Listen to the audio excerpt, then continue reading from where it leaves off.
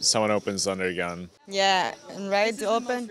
The guy to my right open. I call. Then Yeah. he call. You I call. call. I call on the button. The big blind calls as well, so we're four-way to the flop. And the flop is ace 6-3 with two spades. And it checks to me on the button. I bet 4,000. Everyone folds but Anna, so we're heads up to the turn. Turn is another ace, so the board pairs. Anna checks to me. I bet 14,000. Big bet. Yeah, about 2/3. Anna calls, and I took a time extension before I bet, and then Anna calls. Hollywood, you know, Hollywood. Anna calls with a three, with king three,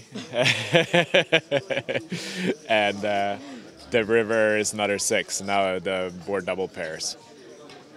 Anna checks. I'm pretty sure she has an ace at this point, so I just shove, hope to get called. I have pocket sixes for quads, and she makes a disciplined fold with her three. I mean, I'm hoping he's checking river. That's what I'm hoping.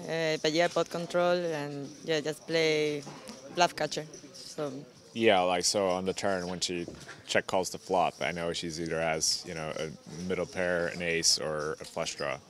Like her range there is pretty narrow, so that's why it's sort of a weird turn spot for me. So like, given that I know that she has one of those hands, and so when the ace comes, I just gotta hope that she has an ace. I mean, obviously I gotta keep betting to get value because. I mean, I could have just I could have been stabbing the flop and hope that she had the flush draw, and then if she bricks the flush draw, she's gonna bluff it. But I think there's more value to be made by betting, and she might still continue to call like some of her best flush draws. So. well, I have a bluff catcher, so it's up to me if I want to call him down to the river. But I'm guessing I should. I don't know. I don't think you're bluffing like river like there, so. I should have just folded turn and saved chips. I don't want to go against the world champion,